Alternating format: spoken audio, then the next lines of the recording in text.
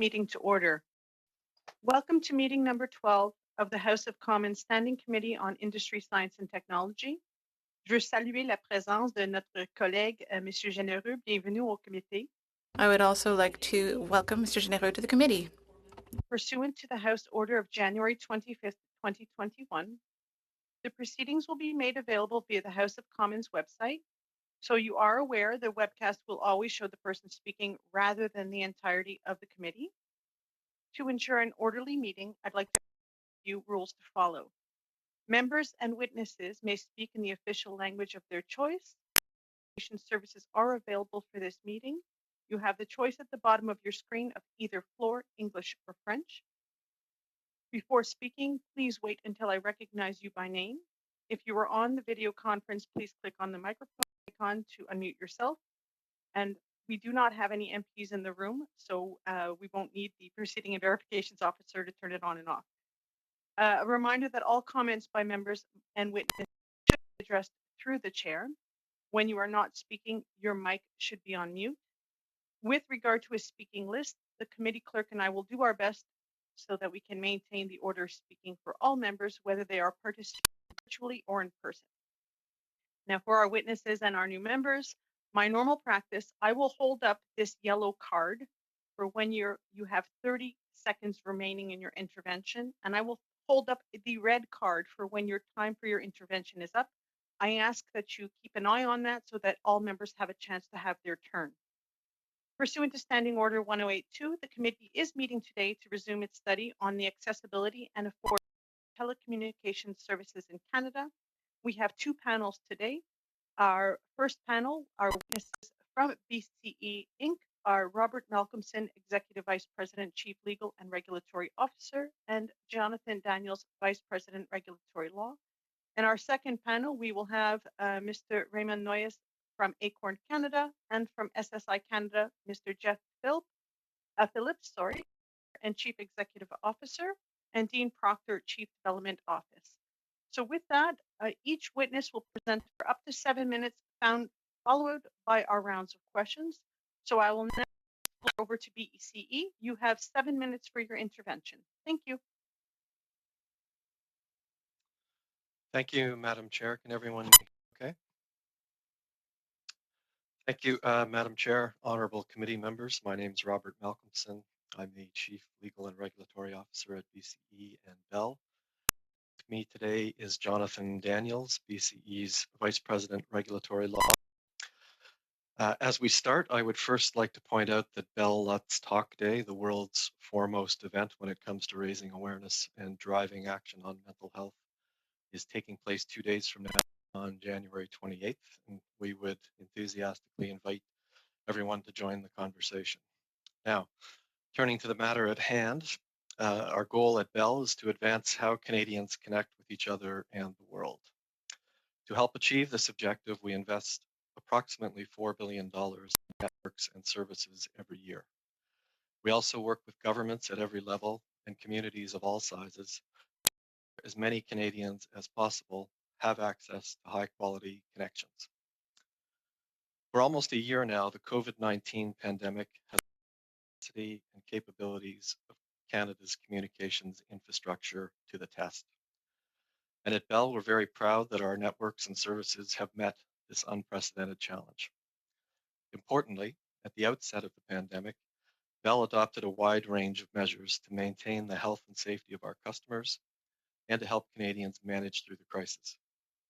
Consumers, businesses, governments, educators, students, healthcare workers, first responders, and mental health providers have all relied on Bell for the communication services and equipment they need, and we've delivered.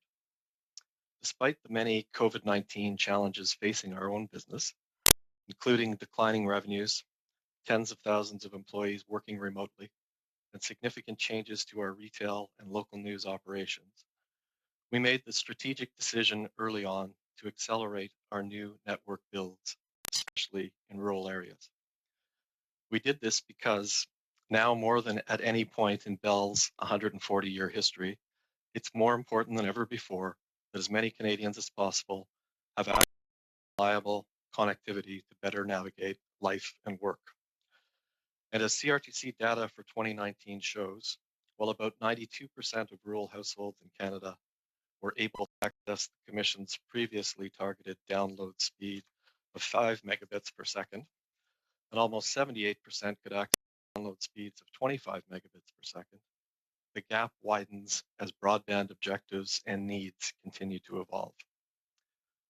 To help close this digital divide, at the outset of the pandemic, we ramped up deployments of our wireless home internet service to reach 137,000 additional rural households by the end of April. We also pushed forward an important upgrade, doubling download and upload speeds to 50 and 10 megabits per second, respectively, by late 2020.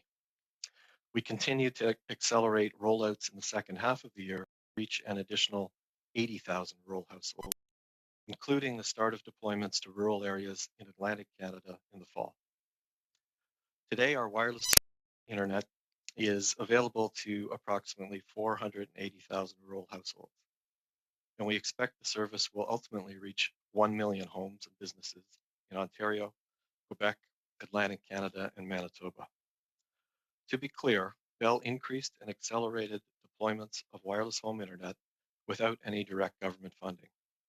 However, we are also ready, willing, and able to work with governments, and indeed we are, and local communities where there is simply no business case to expand and improve broadband connectivity without some level of government support. Today, we are participating in a range of funding programs, including provincial programs in Quebec and Nova Scotia, the first phase of the CRTC Broadband Fund, the latter leading to significant additional investments in Canada's north.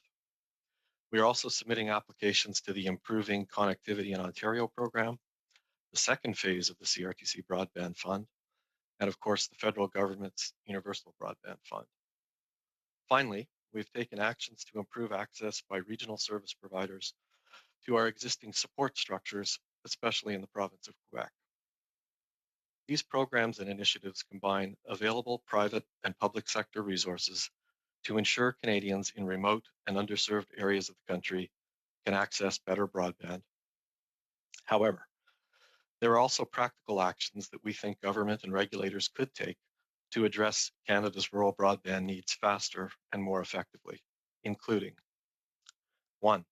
Without delaying pending projects, consider combining federal government broadband funds currently available from 3 sources, the UBF, the CRTC Broadband Fund, and potentially the Canadian Infrastructure Bank, into a fund that could support large-scale rural broadband projects.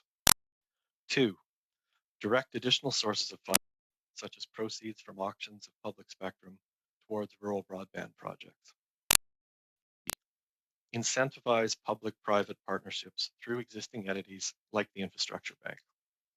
And finally, and importantly, adopt balanced regulatory policies that prioritize investment in networks by companies that are prepared to risk private capital to build connectivity.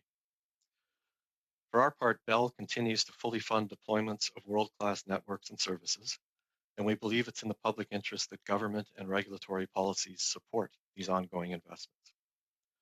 Our next generation all-fiber connections are now available to 5.6 million customer locations. And as I mentioned, our innovative wireless service is also meeting the broadband needs of growing numbers of Canadians in rural and suburban fringe areas where the costs to deploy fiber to the home are exceedingly high. We are also moving Canada forward with investments in 5G wireless technology. Having launched our initial 5G service in urban centers in 2020, Bell is poised to offer 5G far more broadly in 2021. Importantly, the availability of spectrum as well as ongoing policy support for facilities-based competition will be major factors that determine how far we are able to go with 5G. To conclude, in 2020, we saw with remarkable clarity the benefits of supporting facilities-based competition. Canada's network infrastructure, bolstered by billions of dollars of private investor and sector investment over many years, has delivered despite unprecedented demand. Thank you. Merci beaucoup.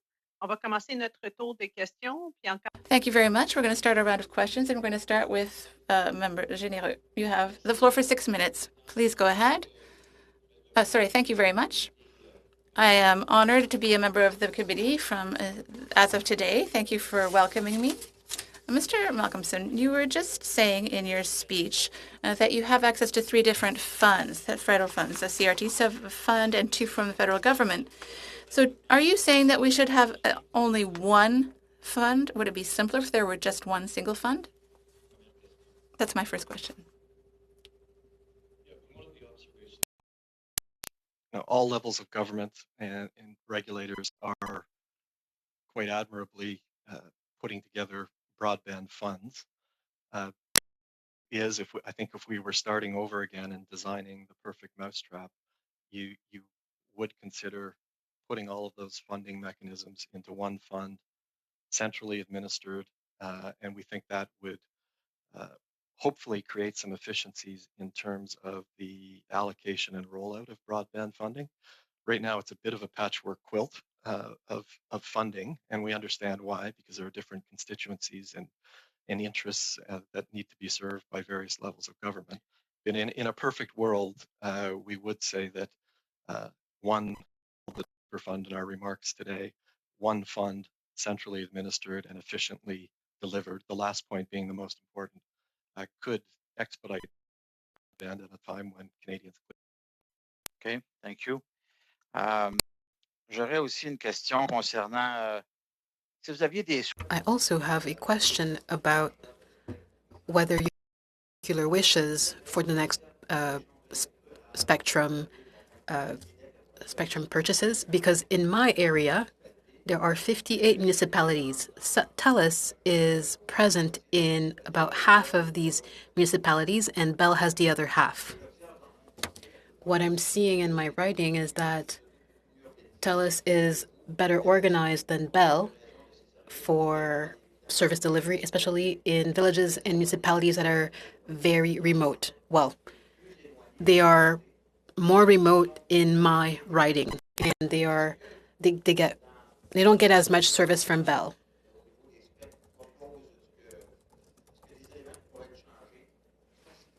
So can anything be done to improve service to make sure that these smaller cities are better served? Our opening remarks at the outset of the pandemic, despite the various challenges facing our own business, we did make the strategic decision and concerted decision to accelerate the rollout of our investment in rural and small communities with our wireless home internet product. And as I mentioned, we've rolled it out initially to 137,000 households early on in the pandemic and added an additional 80,000 households. In terms of spectrum, your question is the wireless home internet technology we use in smaller rural areas because fiber is simply expensive to build out. There's no business case for it, and oftentimes it's interrupted by geography and climate challenges. So wireless home internet is the answer to connect sort of last mile rural communities. The issue with wireless home internet is it relies on wireless spectrum, and until more spectrum is released in upcoming spectrum auctions, the cellular towers that you see in areas like yours that feed homes and communities are often congested and constrained due to a lack of spectrum as traffic increases. So we're very anxious to participate in the upcoming 3,500 megahertz auction. We believe that assuming people get their fair share of spectrum in that auction, we will be able to improve and extend that service. Est-ce que vous considérez Do you consider that the measures that the government announced, the 7.5 billion last year, that announcement was already repeated this year too? Do you think that that amount prioritizes rural regions? In my opinion, it's not the case. I don't think that the government is truly doing what's necessary to give better service to rural areas. What do you think? I think the government's efforts to fund rural broadband speaking in particular of ISED's UBF fund and to a lesser extent the CRTC's broadband fund. I think those funds are certainly major steps in the right direction. It's a bit of an intractable problem in terms of connectivity because the cost of extending it to every corner of our country is never ending and exponentially increasing as traffic demand and demand for higher speeds, lower latency, etc., are made by consumers. So it's an issue that is difficult to solve, requires exponential amounts of both private sector and public sector investment. And I think the trick here, as I said in my remarks, is to figure out ways to expedite access to funding, to figure out ways to incentivize the private sector to continue to invest private sector capital, and to ensure that our regulatory policies are such that they don't undermine investment. And from where we sit, there's a number of regulatory policies that in fact undermine investment and impede our ability to roll out to rural areas. Merci beaucoup. Thank you. Notre Thank speaker is MP Jacek. You have the floor for 6 minutes. Thank you very much, Madam Chair, and thank you, Mr. Malcolmson, for your testimony, which has dwelt very heavily on the accessibility side of things. As you know, this committee is studying not only accessibility, but affordability. And so my first question to you is simply, do you think that there's an affordability problem for Canadians in the current situation? There's always going to be an affordability for. Il y aura toujours un problème d'abordabilité pour le segment de la population qui a des revenus très faibles. Sorry, I could hear someone talk. Can you hear me now? Yes, I think we had the interpretation in French. Yes.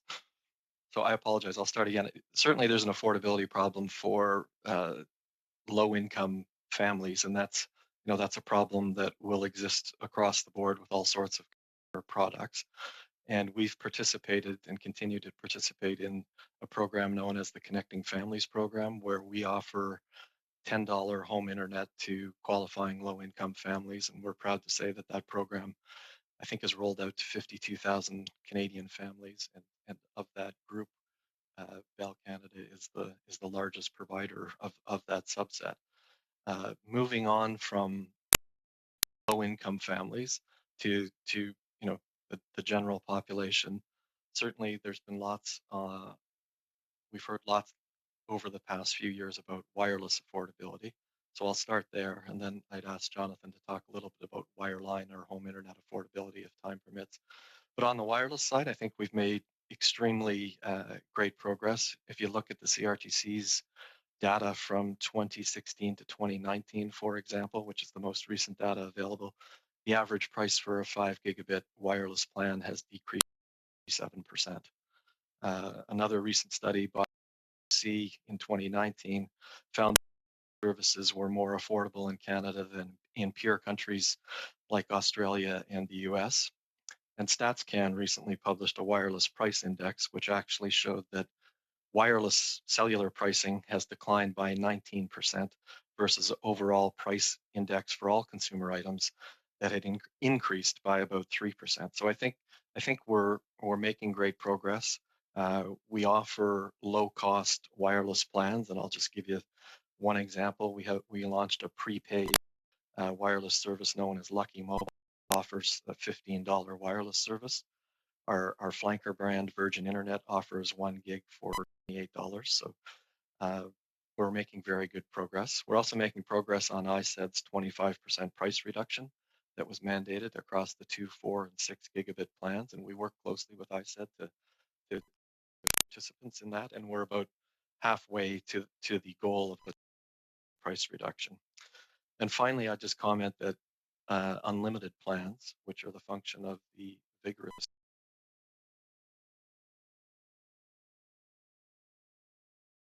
gone are the days where consumers were getting extremely expensive overage charges on their wireless bills. And And now if you're a heavy user, you can get an unlimited plan for, we offer it in the range of $65. There's been competitive offers which have been much lower than that.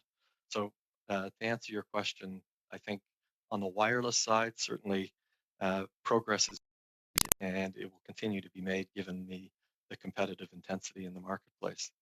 If you want to hear about wireline or home internet, I can ask my colleague Jonathan to give you a brief comment. I'm in your hands, Madam Chair. Thank you.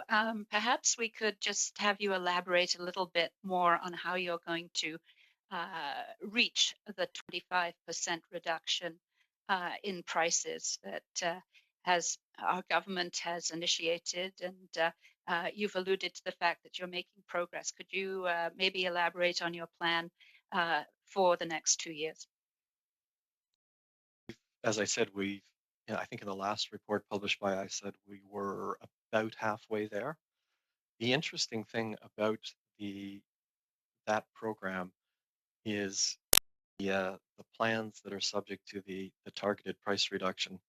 We're seeing consumers want more data. So some of those plans are becoming less popular and so the other thing that's happening, you're seeing higher data usage plans having those prices come down. And that's not by virtue of any form of government intervention.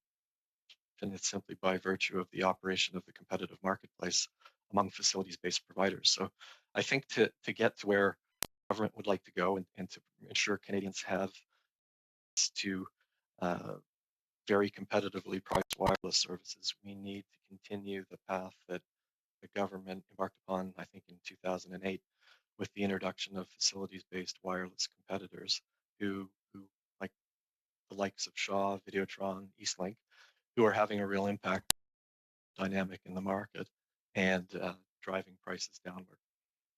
I'll stop. And just one last quick question. Did Bell take advantage of our government's wage subsidy program? And if you did, what type of subsidy did Bell receive? So yes, we did take advantage of the wage subsidy program, and we used it for its intended purpose, which was obviously to keep employees working and to avoid layoffs in the midst of the pandemic. I'm happy to elaborate on that further, but I'm getting the stop sign from the chair. Thank you very much. Notre prochain tour, c'est... The next person to speak is MP Lemire. You have 6 minutes. Thank you, Madam Chair, and thank you for your efforts, and thank you to the clerk. Happy New Year, and thank you for organizing this meeting. It's an important meeting for me, and I'm happy that Bell is here. So hello, Mr. Malcolmson. Thank you for your initiative, Bell Let's Talk, because this year mental health is a key matter. According to some service providers, 30% of requests take 2 years before Bell gives access to infrastructure. Why is that?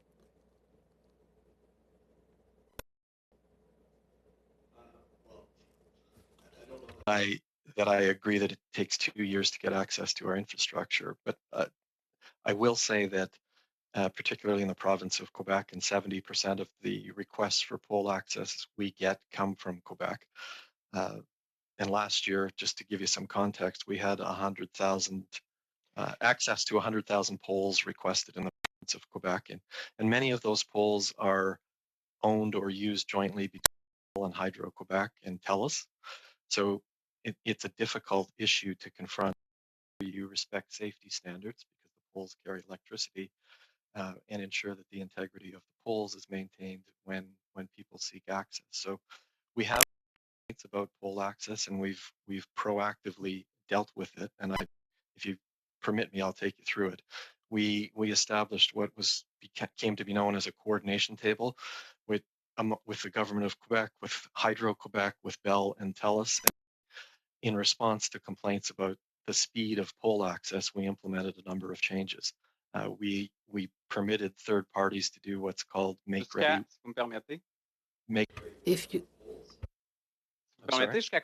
If you'll allow me, how many users can use a pole? The pole. So it's not a one size fits all. You have to fit in the Et combien, equipment between et the combien chargez-vous pour electric. And how much do you charge? pardon, combien chargez-vous pour la location? How much do you charge if someone wants to rent a pole if someone has a permit, for example? The CRTC sets a tariffed rate for pole access, and my colleague Jonathan will correct me if I'm wrong, but I believe the current tariffed rate is in the range of $12.48 for access to a pole. And that's for a year. That's for a full year, not a month. Parce Thank you. Because what we're told is that some providers say that they are paying $20 per pole and $1,000 per permit. So why is there this discrepancy between the cost for your poles and Hydro-Québec's poles? Is it possible to make the numbers public? Do you think that it is difficult to evaluate the amount necessary for the projects? We charge the telcos, so Bell and TELUS in Quebec, the amounts we charge are regulated and public, and that's the $12.48 rate that I quoted you. The rates that the hydro companies charge are different because they're provincially regulated, and traditionally they've been a whole lot higher than the rates we've been able to charge. So there is a discrepancy in rates as in terms of whether you're attaching to a hydro-controlled pole or a telco-controlled pole. pourquoi est-ce que vous chargez la Why do you charge for upgrading poles in Abitibi-Témiscamingue when companies say that you don't maintain these poles? Maintain them. Many of them are quite old and suffer the wear and tear that poles exposed to the elements traditionally suffer. In terms of what we charge, again, the rate is regulated, and in terms of getting, it's not as simple as just climbing a pole and attaching your equipment. As I said earlier, poor condition, or when a pole's in a unique place, or when there are unique demands placed on a pole, the person seeking access and the provider, we have to make sure that the pole can accommodate the demand and that we're not going to create safety issues or performance issues. So of necessity, many poles be updated in order to accommodate the new capacity that's being attached to them. That's just a fact of life. D'ailleurs, j'en profite. I would like to take this opportunity to congratulate your initiative to have increase access to polls, because I know that in my region there's a lot of delay in that respect. With regard to the service providers, so your competitors have questionable tactics. The changes, the prices changed, and there are all kinds of reasons for keeping the prices high. One of your companies has to keep updating the equipment, but your competitors say that in fact you do not update your equipment. So, what is the justification for that?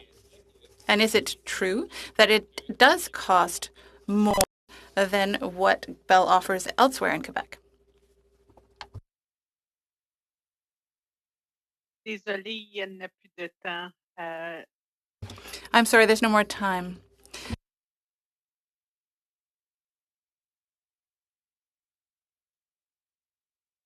Did you want me to answer that, or are we? If you have a quick response, because there was a little lag with the translation, if you could quickly respond.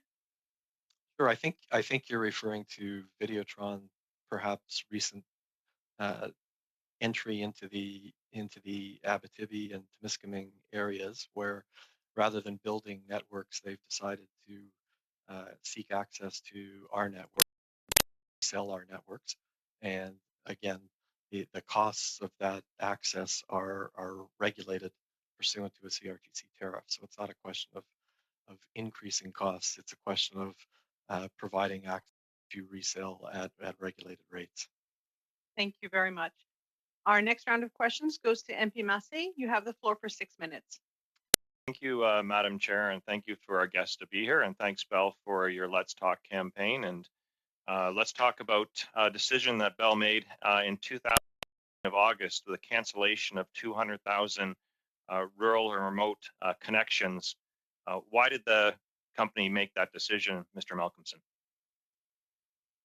It's quite simple, Mr. Mass, and I referred to it in our opening remarks. There's a direct correlation between regulatory policy and our ability to invest. So the decision that you just referred to, which we did make, was born out of a response to a CRTC decision to reduce the rates that we're able to charge third parties who seek to access our networks and resell those networks. And the CRTC reduced those rates in the range of 82%. Frankly, those rates placed, made the provision of service well below our costs. With that though, the reason to add those was because of Bell taking advantage of significant public revenues to expand 800,000 just prior to that, and then you dumped the 200,000 from the actual connection. It seemed more like it was a public temper tantrum by Bell to punish consumers, rural areas like Manitoba, Ontario, Quebec, the Atlantic provinces that got particularly hit. Do you not think that was a poor decision, given the fact that you're even here asking for more public money, and then you've also taken advantage of the wage subsidy program? As I said, we built out without public money at the beginning of the pandemic, and out of recognition of the need for connectivity, an additional 137,000 households. But your own documents show that you actually created 800,000 positions. Your own documents show that you actually government revenue support systems and then added the 200,000 because of the fact that you actually had public money. And so when the CRTC issued that decision, your immediate response within hours was to cut 200,000, 20% of rural and remote communities.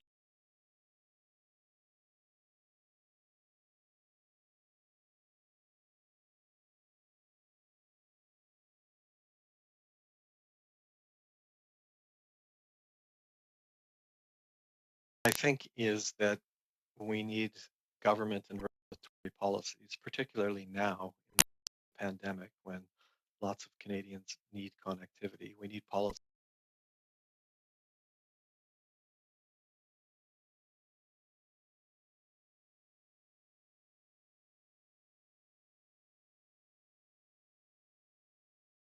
to investing.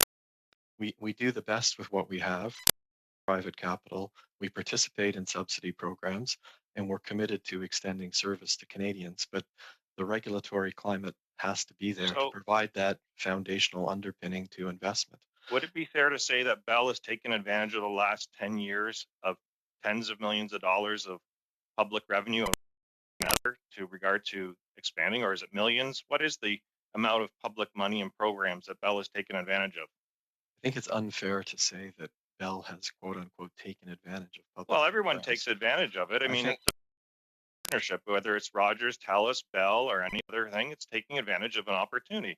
My point being here is that you're talking about a cut of a program, PC decision, a regulatory body that affected the lives of rural and remote Canadians that you're finally catching up on. And then at the same time, you're asking for more public resources and revenue. And then we have no guarantee that you won't have another public tantrum when it comes to the CRT decisions in the future. What guarantees do we have that Bell will not do what it did back then? And that actually delayed right now the connectivity of many, many Canadians. And that's the reality.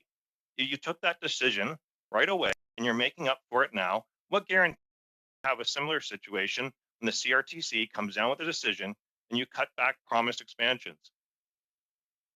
Well, when the CRTC comes out with the decision that you're referring to, we will do what we always do, which will evaluate what it means for our business, what it means in terms of our ability to invest in areas which I think you would admit are difficult to reach, or they would already be served by private sector investment. And we'll make a rational business decision based on what the rates are and what it does to our ability to invest. As we've said repeatedly, we want to be network builders. That's the business we're in. We're not resellers. We don't seek access to networks and then rate arbitrage in terms of the cost of access versus retail pricing. We actually commit private capital, funded and build networks, and we want to do more of that. And which is fine. It's taking advantage is a good thing of public interest to actually fund these projects. But what you're telling me today, which is really disappointing, is there's no remorse over cutting back the 200,000 homes that could have been serviced in the past that would have had an advantage to this day, that you took advantage of the different programs, and you're still here telling us the CRTC or something, Bell will just cut the public loose whenever they, because it's in their bottom line interest at that moment versus a real mature partnership with public money and funds to rolling out broadband in our country. Unfortunately, that's all your time, Mr. Messy, even a little bit over. That ends our first round of questions. We'll now go to the second round. With that, I turn the mic over to MP Nader. You have the floor for 5 minutes. Wonderful. Thank you, Madam Chair, and thank you, Mr. Malcolmson and Mr. Daniels, for joining us this morning at our committee. I guess I would just make the observation that according to your recent shareholder report, your profit was for the last 2 years, and yet Ma Bell was still able to take advantage of the wage subsidy. So I do find that interesting. But you mentioned a fair bit about wireless home internet, and I think in many rural communities there's a feeling where Bell is the incumbent, that Bell has kind of let go much of the infrastructure in favor of perhaps a push to wireless. I wanted to get your opinion on that, and why in so many rural communities there isn't a push to put fiber in the ground where there might be a case, a business case. I think of a lot of places in rural southern where smaller telecoms have in fiber, but yet Bell, where it's the incumbent, has failed to do so. I'll address your comment on the wage subsidy first, and then I'll answer your question about wireless home internet. In terms of the wage subsidy, yes, we did receive it, and we received it because the businesses we own, and I'm thinking here of Bell Media, the largest media company in the country, and our retail footprint of retail stores, were some of the most hardest hit by the pandemic. So it was a choice between laying off thousands of employees in an era where advertising revenue disappeared and retail stores were shut down. So it was a choice between laying off employees or keeping Canadians working, and we chose the latter, and we think that the program itself worked, and it served industry well in order to keep people working. In terms of your wireless home internet question, our preference when we build networks is always to build fiber where there's a business case to do so. In smaller rural areas, there are challenges with building fiber connectivity. So we've come up with an innovative product which we call wireless home internet, which reduces the cost of the build, reduces costs for consumers, and extends the network footprint in an innovative and seamless fashion. And as more spectrum becomes available, we'll be able to do even more of that for rural Canadians. I would just note that some of the smaller telecoms are lapping Bell when it comes to investment in fiber in rural communities, and I think it's just furthering that digital divide when you have where Bell is the incumbent being forced to move to wireless internet. But I want to briefly comment on the internet service availability map, which ISED has developed, and much of that information is from the telecoms providing that information. How comfortable are you that mapping is accurate from areas where Bell is the incumbent? I'll ask my colleague Jonathan to answer that. So we do rely on that data to make all sorts of business decisions, both for what we apply for and what we see, even when we're not applying for a broadband fund, to look at what's available.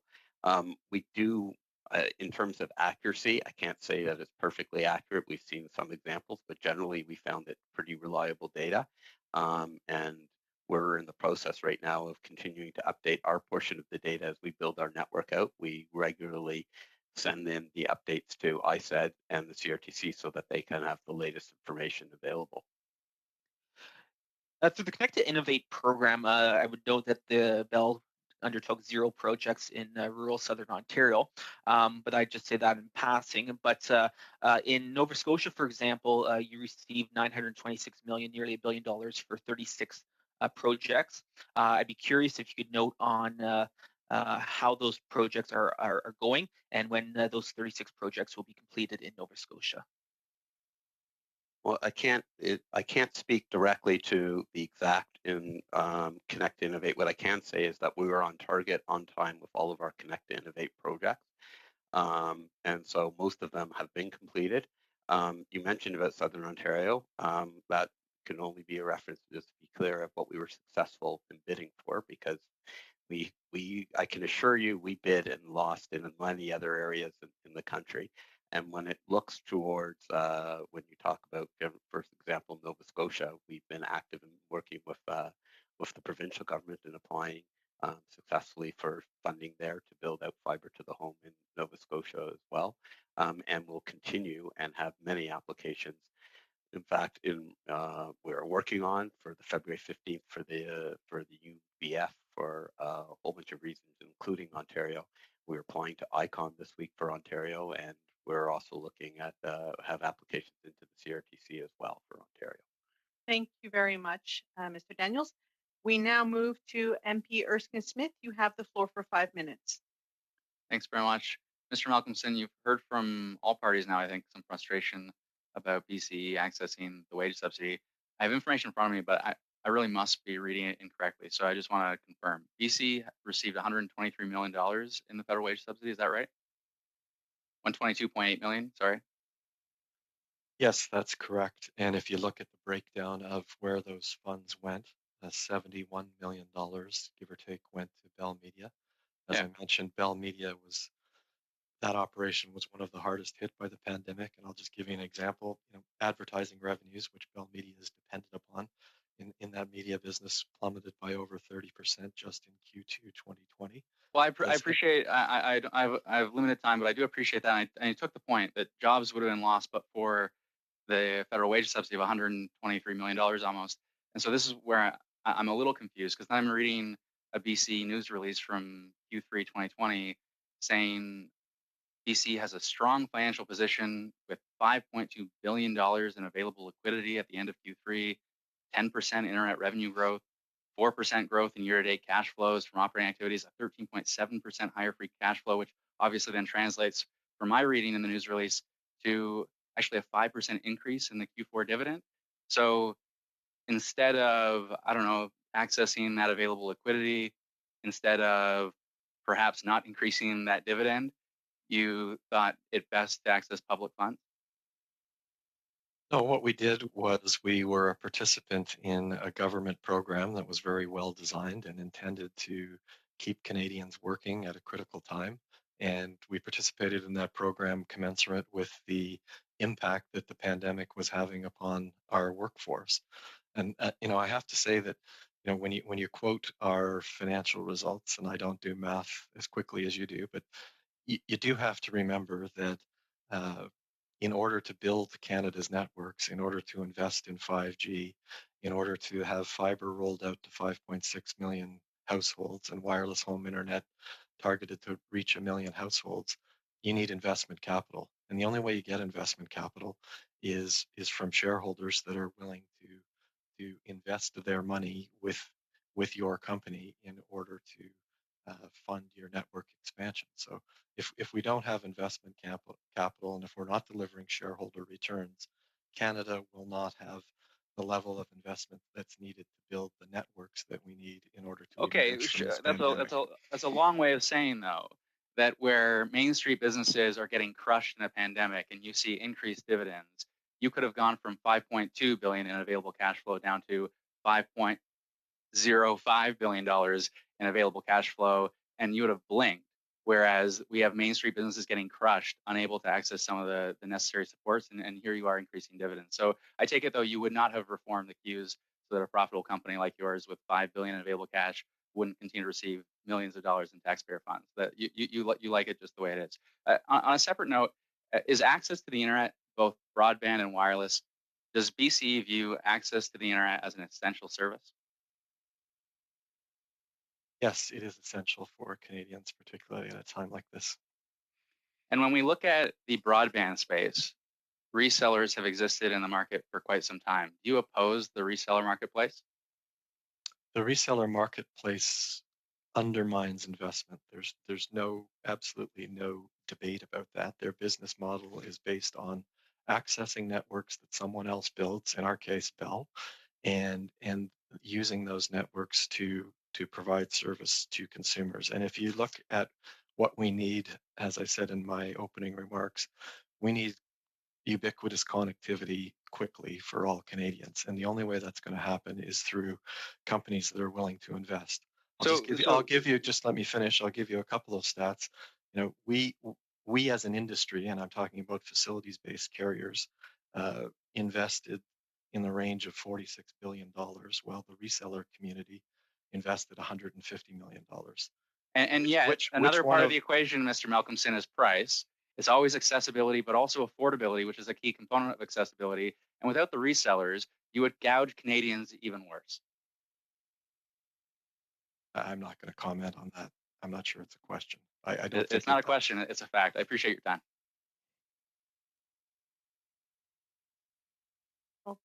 time. The next MP is Député Lemire. Vous avez la parole. Is MP Lemire. You have the floor for 2.5 minutes. Thank you, Madam Chair. Ms. Malcolmson, your companies are 100% owned by Bell since 2001. This transaction was approved by the CRTC. The CRTC said that the transaction was in the public's interest. I'm still trying to understand how that purchase was good for people in my region, since internet is so expensive and we don't have good connectivity. When we complain to Cablevision, we get an answer with a header from Bell. Is it possible to have the price chart from all companies that are under Bell? But I think the question you were asking was, is Bell acquiring companies and Bell achieving scale? How is that sort of good for your area and good for Canada in general? I would like to get another turn, please. Donc, si c'est possible de... I stopped the clock, so you may repeat your question.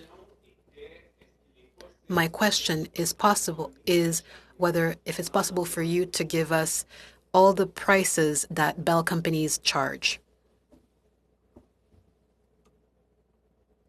All the prices that are various wireless home internet television services. Is that what you're asking? I think that would be a tall. Yes. Those retail prices are all public because retail customers are buying those services. But I'm not quite sure how to answer your question.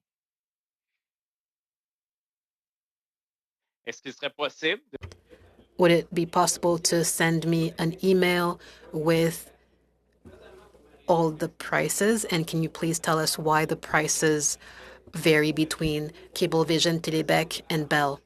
Can you explain why the prices vary so much? Well, I think price variance is a function of a competitive marketplace. And price variances are a function of the cost of providing service in the particular geography where you're serving customers. So to the extent that you see price differences, it's a function of the cost of delivering the service. And I'm happy to provide you with retail pricing for an example of our services in the area in which you're speaking about.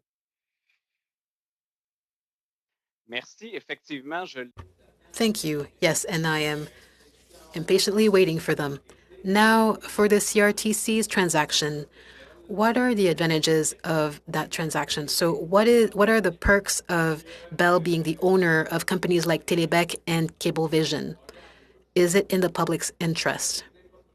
when we look at infrastructure and when we look at price, we can see that our regions were left behind over the past few years.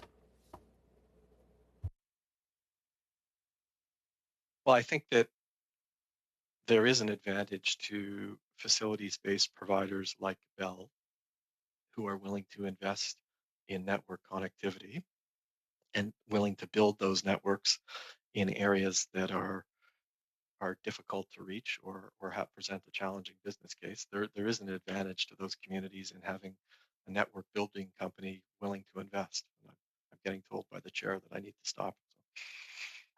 So with respect to Monsieur Lemire's request for that documentation, if you can make sure that it gets sent to the clerk, he will make sure that it is circulated amongst the members in both official languages. Thank you.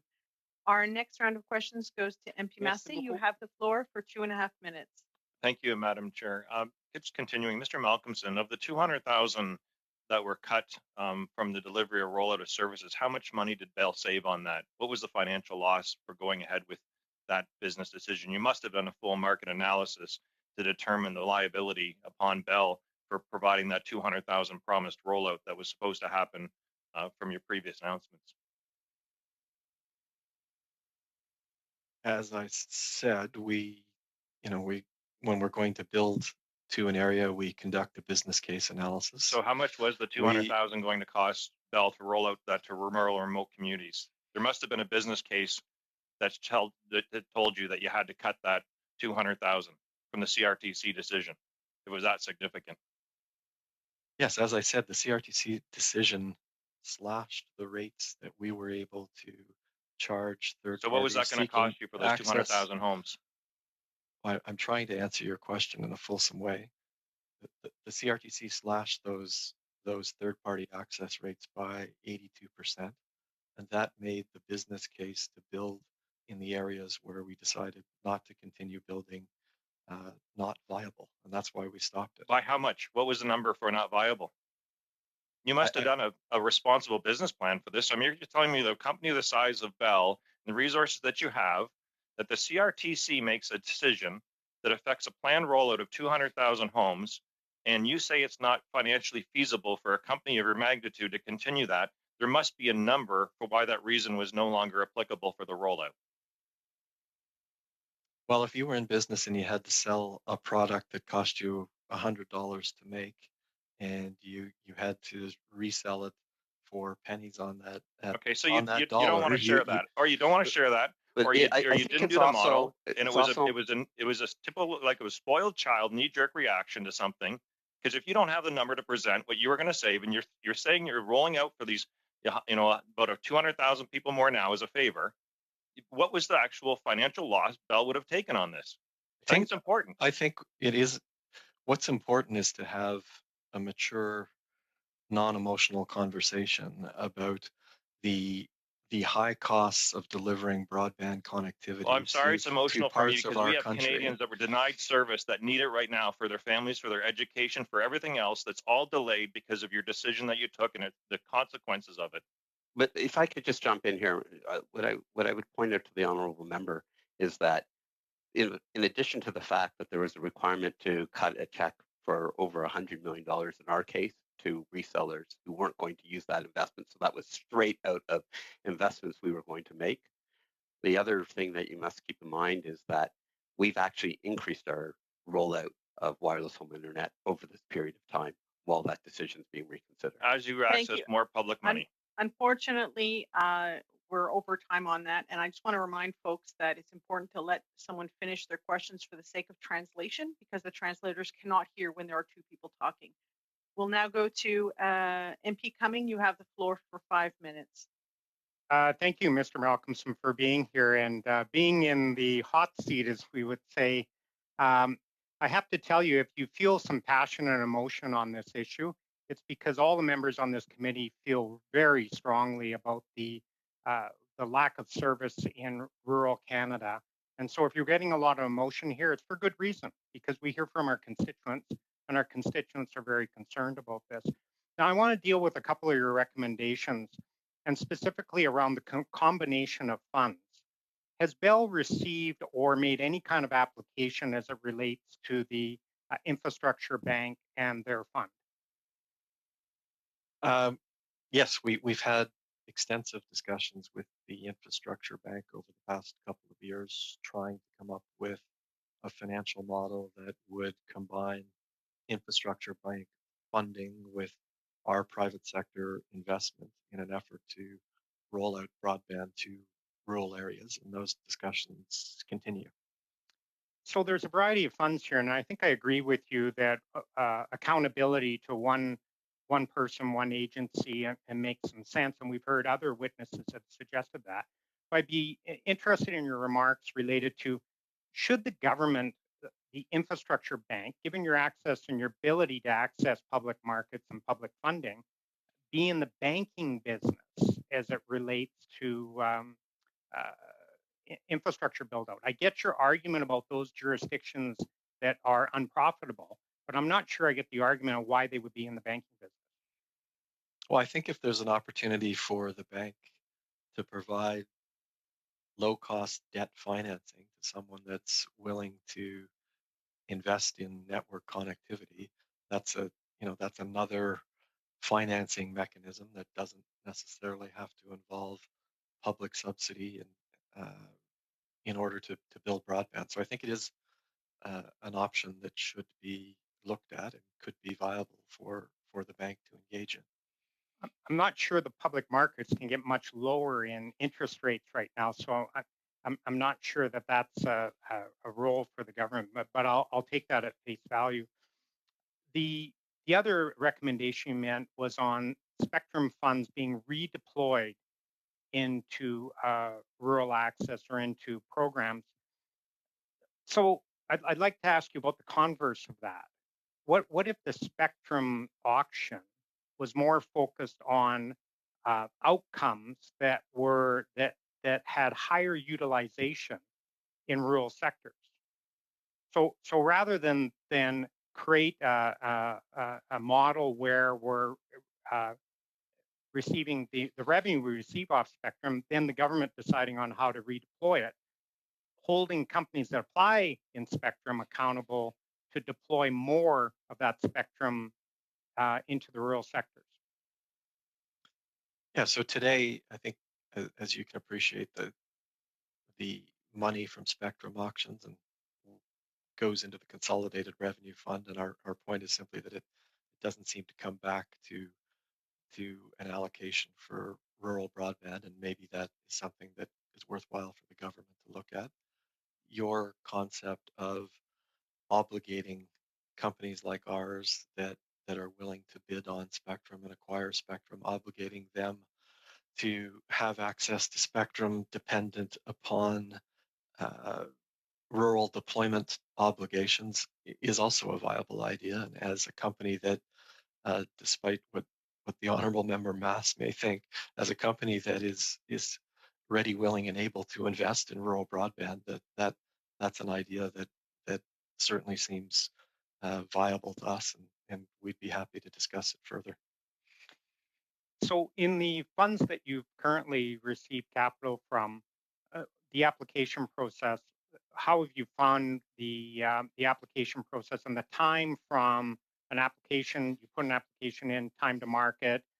We've heard from witness over witness that the rollout is way too slow in all these programs.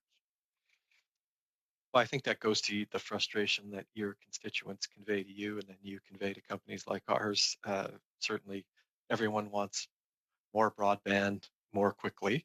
I think the government recently announced something called a rapid response program for certain of the UBF money, which is designed to get connectivity money out the door faster. And we're an active participant in that, and we're waiting to hear from, on the release of those funds. With that, is there anything rapid about this rapid response then if you're still waiting? Well, Very quickly. I think it's been a matter of a couple of months, and these are complex allocations. But as I said, I think we'd all like to see things happen faster. Thank you very much. And our last round of questions for this panel will go to MP Lambropoulos. You have the floor for 5 minutes. Thank you, Madam Chair. And in order to accommodate our witness, I will be asking my questions in English. So, Mr. Malcolmson, I believe that competition is a good thing across all industries, especially when we're discussing an essential service. And I think that internet and has become an essential service, especially during this pandemic, and especially the fact that people are working from home. A lot of classes are working from home at the moment, so students are relying on internet connectivity in order to participate and to receive the education that they deserve. Um, but many families can't afford it, and it's still a big problem, especially since the economy isn't doing so well and many people have lost their jobs. Internet isn't always the first thing that families think about to pay for. What have you guys done at Bell to help families be able to afford internet during this time? Sure. Well, as I said earlier, we've been active participants since the federal government's Connecting Families program launched, and that offers $10 home internet for qualifying low-income families. And I think there's been 82,000 low-income families have registered for the program. 52,000 of those have been served already, and we provide service to just under half of those 52,000 families with that program. So that's certainly the primary initiative that we have participated in and will continue to participate in order to Thank you. address that gap you And identified. with regards to my previous comment about competition and how it would be great across all industries because it helps protect the consumer and give them options when things don't go very well, what are your thoughts on this? I think there is intense competition in both the wireline and wireless businesses across the country. I think you have to ask yourself what you want competition to accomplish. I think you want it to accomplish price competition, which there clearly is, and you want to create a competitive marketplace among competitors that are willing to build networks, not resell networks. So I think you want two things. You want competition among network builders and you want competitive pricing. And I think if you look at current market dynamics, both of those are being achieved. Competition also provides companies the incentive to work harder to make sure that their customers are receiving the services that they ask for, that they've signed up for. And I've recently done a little bit of research and saw that Bell was one of the companies that has received some of the biggest number of complaints from consumers. And most of these have to do with their bills. So things being billed unfairly, contracts not exactly being followed. What do you have to say about this? Well, the fact that we may have the largest number of complaints, and perhaps you're referring to the CCTS entity that tracks complaints, probably shouldn't be a surprise in the sense that I think we have the by far the largest number of customer connections in the range of 22 million customer connections across all of our lines of businesses. And certainly we've made a concerted effort and continue to make a concerted effort to bring complaints down. And I think in the last CCTS report, we saw that we were the leading company in terms of complaint reduction, something in the range of 35% year over year. So we hear you, and competitive dynamics also ensure that that all of the players in the telecom space are actively serving their consumers and that they have choices when they are dissatisfied. Well, in the report that I read, it said that that your company disproportionately had a high number of consumer complaints, and that it was in the thousands compared to Rogers, which only had 900, and other companies like TELUS at 700. So I don't necessarily agree that it's necessarily because of the amount of consumers, but we'll agree to disagree there. And I guess a lot of the complaints come from the fact that bills are extremely high and that the services are not at par at what they expect. And I was wondering, for those low-income families who are benefiting from the programs at the government level, would you say that the internet is sufficient for what they currently need to do, which is work and go to school from home? I think more can always be done, and I think when it comes to low income families and affordability issues, really that's where government should take a leadership position, and we'd be happy to work with government on programs like that. We do now, and we'd be happy to participate in more of them, but that leadership has to come from government. And with that, that is the end of our first panel. I'd like to thank you, Mr. Malcolmson and Mr. Daniels, for being with us today. As you can tell, this is an issue that is top of mind for every Canadian, and we appreciate your time today. We will suspend for about 2 minutes just to switch out the panelists. And with that, I will turn it to the clerk to do the switch out. Thank you.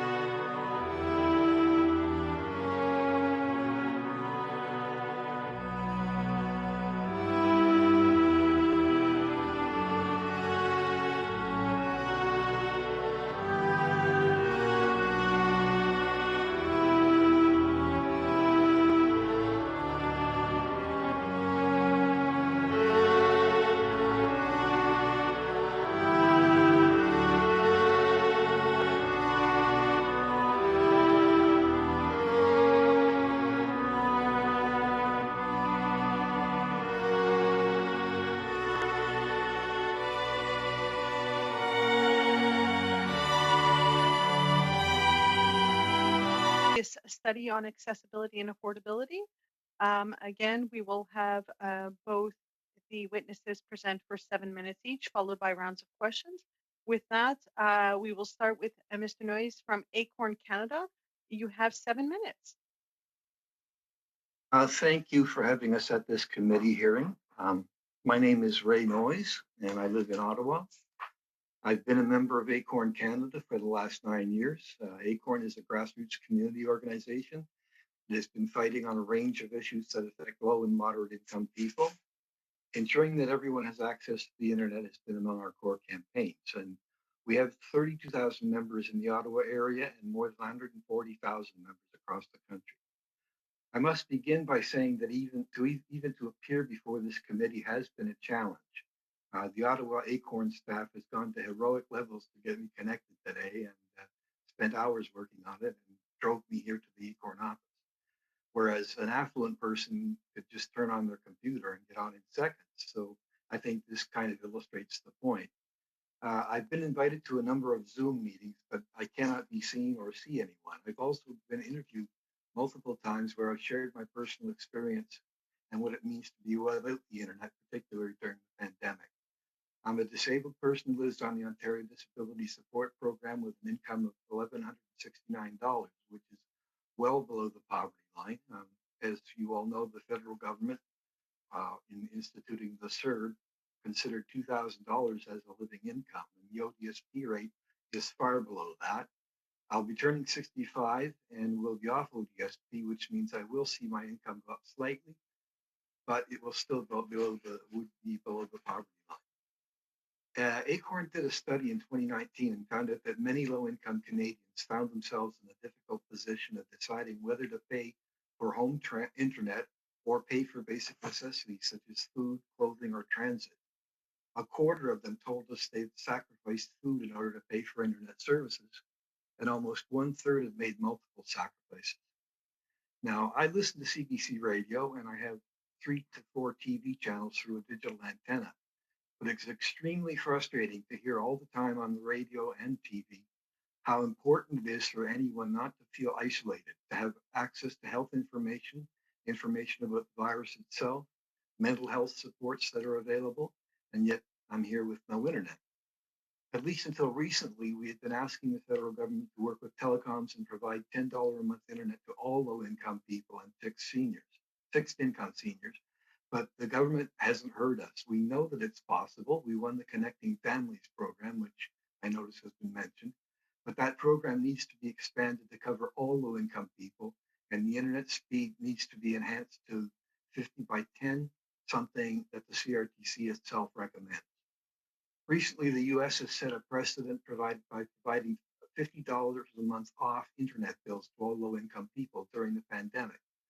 The aim of the U.S. benefit is to connect low-income households to broadband networks at affordable rates.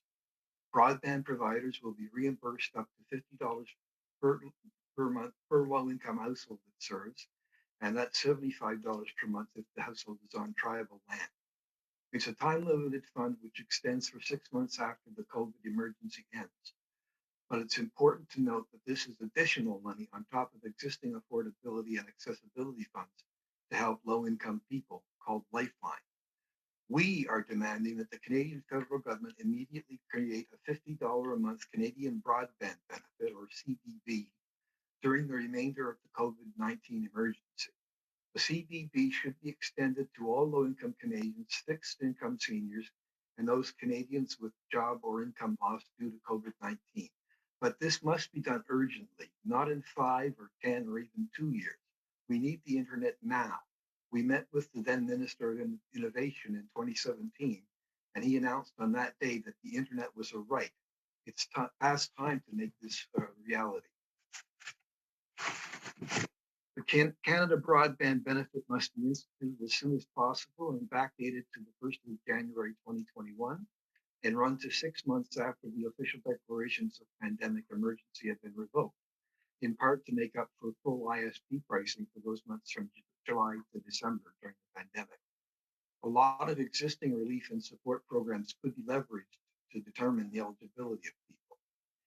And I want to end by saying that if I had access to the internet, I would have been able to see my family during the pandemic. I would have been able to attend more ACORN meetings on video, which are important to me, access mental health support, gotten access to general health information, and seen my doctor's face.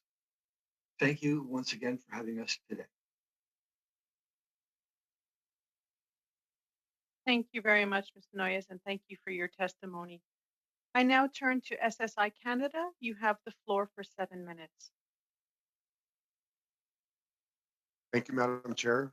Committee members, I am going to try not to go too fast for the translator's benefits, but so please, Madam Chair, hold up any card you'd like. If I do, my name is Jeff Phillip. I'm the co-founder and CEO of SSI Canada, and with me today is Dean Proctor, SSI's Chief Development Officer. We thank you for the opportunity to contribute to the study of affordability and accessibility of telecommunications in Canada. SSI has been working on these challenges for the last 3 decades. We've achieved a lot and learned a lot, some of which I would like to share today. From our experience, even in the smallest and remote most remote communities in Canada. It's competition and the existence of competitors that will deliver the most lasting benefits of affordability and accessibility to Canadians. This is not news. It is part of Canada's telecommunications policy since 1993 and was reinforced by directions issued by Parliament of Canada to the CRTC in 2006 and again in 2019. And this committee itself recognized in 2018 the vital role of competitors to overcome the digital divide. In fact, you stated incumbents tend to only invest in high density areas that are more economically profitable. However, small providers, non-profit providers, or non-incumbent providers could deploy broadband internet in rural and remote areas in an economically profitable manner should the Government of Canada adapt the regulatory framework to their means, especially with regards to spectrum and network management, along with funding allocation. This is not theoretical. In fact, SSI's history and work with partners proves that competitors deliver benefits and that we're in this business for the long haul. If I can ask one thing of your committee, it's to continue to pressure government to support not just competition, but the competitors themselves. By way of background, SSI is a northern company.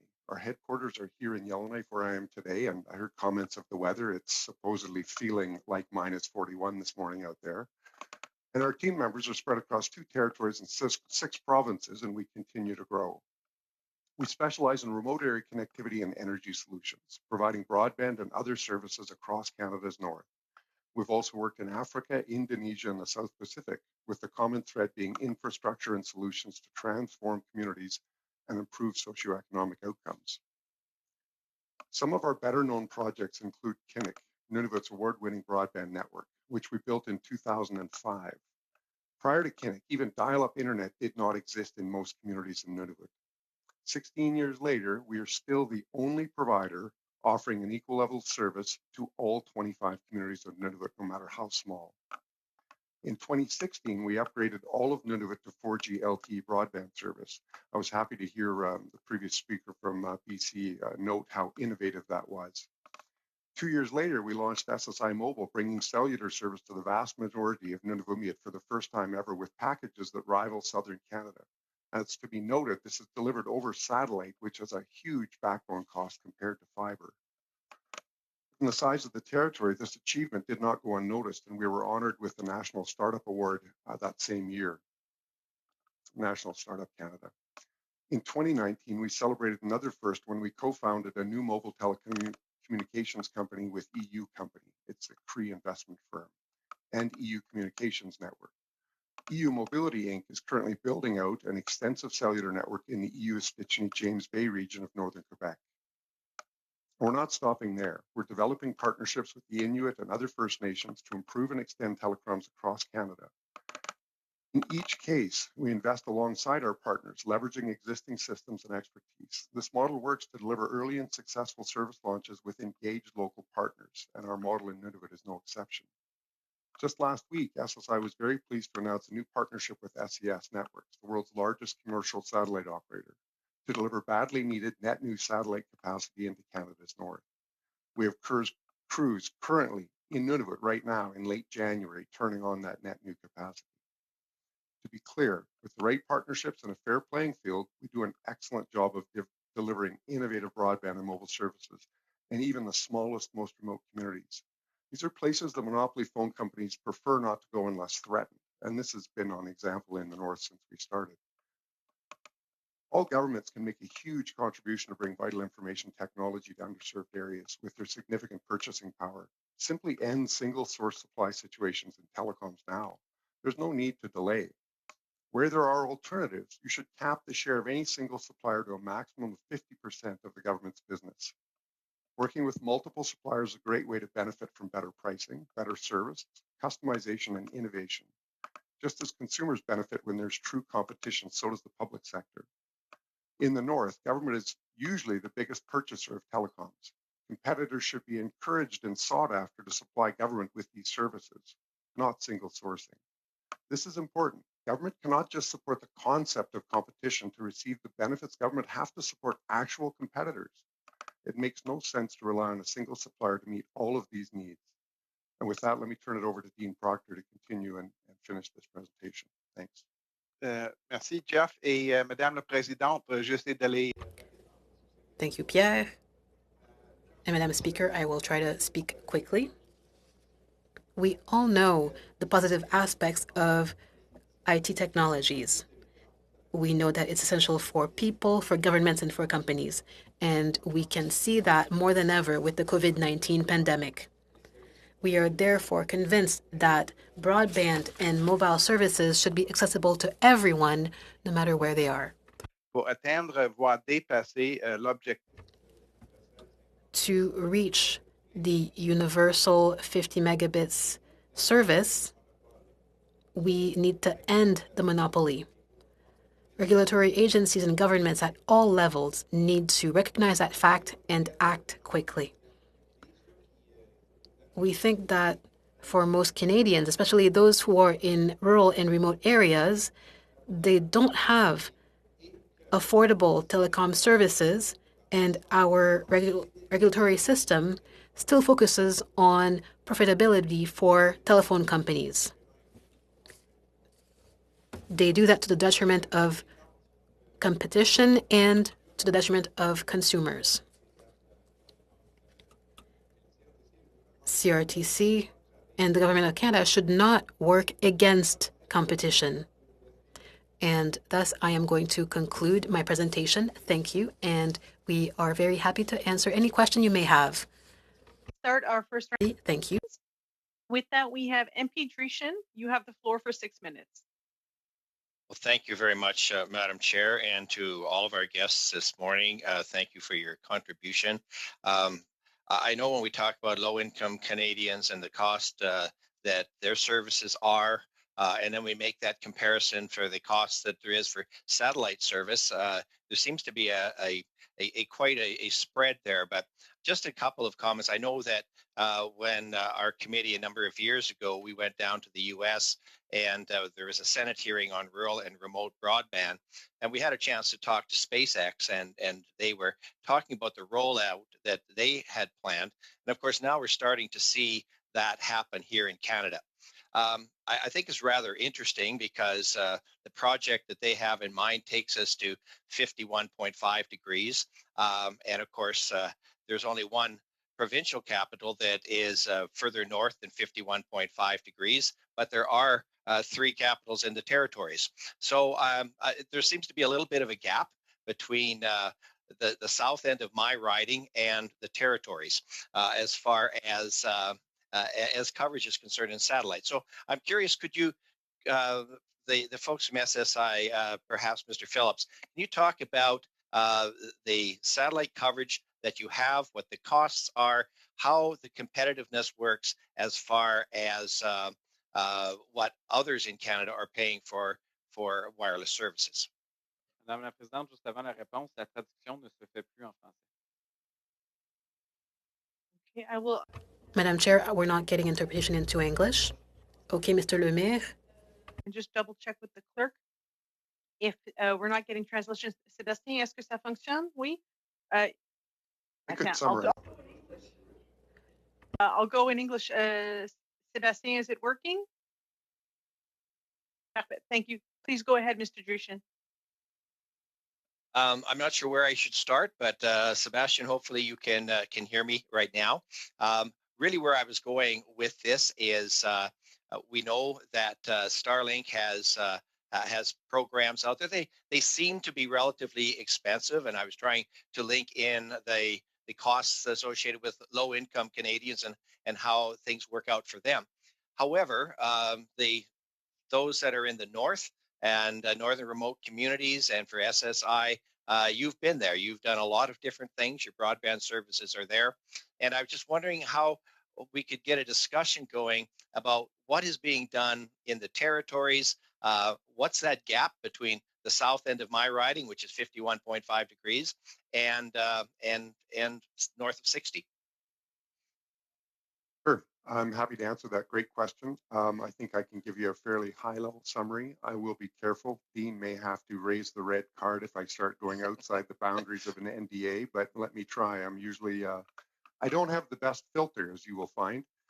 So I usually I just tell you what I'm thinking. So satellite served markets, here's to your point, SpaceX is talking about actually they're from 47, they may get up as high as 55 within the next 6 months, and by this time next year, in fact, if they're fortunate with their space-based lasers, they may have the polar regions starting to deliver service. So SpaceX is the unicorn, I would say. They really solve a lot of the problems with broadband connectivity, and we have worked in Africa, Indonesia, the South Pacific, and every community in the Northwest Territories and Nunavut. I was born in one of those small Indigenous communities of 800 people. That's where my family business started.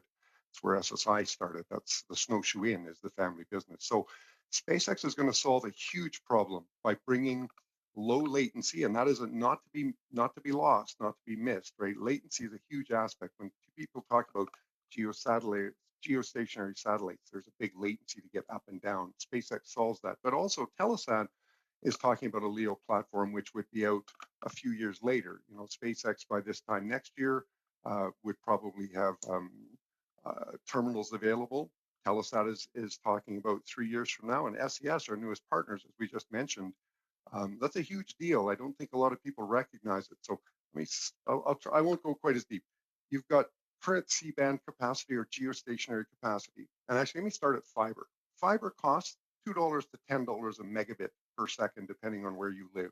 So delivering a couple of megabit. And when we talk 50 down and 10 up, that's not the dedicated bandwidth. That's the burst. That's as fast as your car could go. But if you look at ISED's own oversubscription guidelines, 25 to 1, that really means you divide that 50 down by 25, so it's 2 megabit down. It's about 4.4 megabit up, 2.4 megabit. So fiber, $2 to $10 a megabit. So your input costs 20 bucks to service that, 25 bucks. And in dark fiber, not lit up, no electronics, no support. Satellite, you're getting into the cheapest satellite. You're going to be into the $300 a megabit. And you're going to go up from there to about $1,000 a megabit. And that's going to give you unlit equivalent of dark fiber on the ground. Okay, so $300 to $1,000 compared to $2 to $10. So your input cost, if you have to deliver 2.4 megabit to somebody, and your cost is $1,000 a megabit, it's $2,400 a month for that service. To deliver a 50 down, 10 up with ISIDs, 25 to 1. So bandwidth prices in satellite served markets are extremely, extremely complicated. Now, is that going to change? SES, the new partnership. We started working on that some time ago because there is not enough capacity in space. And we've been saying this for 5 or 6 years. Over Canada, without significant investment by the federal government to buy capacity, I see that won't be there. So satellite served market, not enough capacity in space, takes a couple of years to ramp up that capacity. It's very difficult to get ahead of it. And when COVID hits, you just have a shortfall. So what are we doing right now in January? We committed with no federal funding, a significant amount of money, and I say that because my wife is the CFO, a significant amount of our investment money into Nunavut to be able to bring net new capacity with SES. So that new capacity is being rolled out now, and by the end of this month will be in place to support Nunavut Meet. But there is no funding at this point for that. I see that the red card is up, and I appreciate that. And again, if at some time you can relate the actual cost per home in the north to what we're looking at here, I'd appreciate that, but I'll leave that for other rounds. Certainly. Thank you very much. Our next round of questions goes to MP Assassi. You have the floor for 6 minutes. Thank you, Madam Chair, and thank you to our two witnesses for appearing before our committee. Thank you in particular to Mr. Noyes, who had to go through quite some trouble to connect with us today. Mr. Noyes, I suspect you had a chance to listen to the counsel for Bell when we heard from them earlier this hour. Did you hear from that witness? I heard some of that. We were having a few technical problems getting me set up, but I heard some of that. And I'd like to say, Mr. Assassi, I believe that I was on a conference call with other ACORN members with you some months back. And I remember you were very supportive of our ideas, but you were insistent that the CRTC had to recommend any of these things that we were proposing.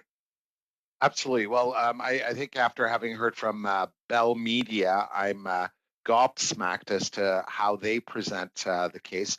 I was wondering what your reaction would be to what Bell said earlier today. To be honest, I didn't follow enough to have a really strong reaction. I realized that Bell was defending itself, particularly from the charge that they had more complaints than any other telecom.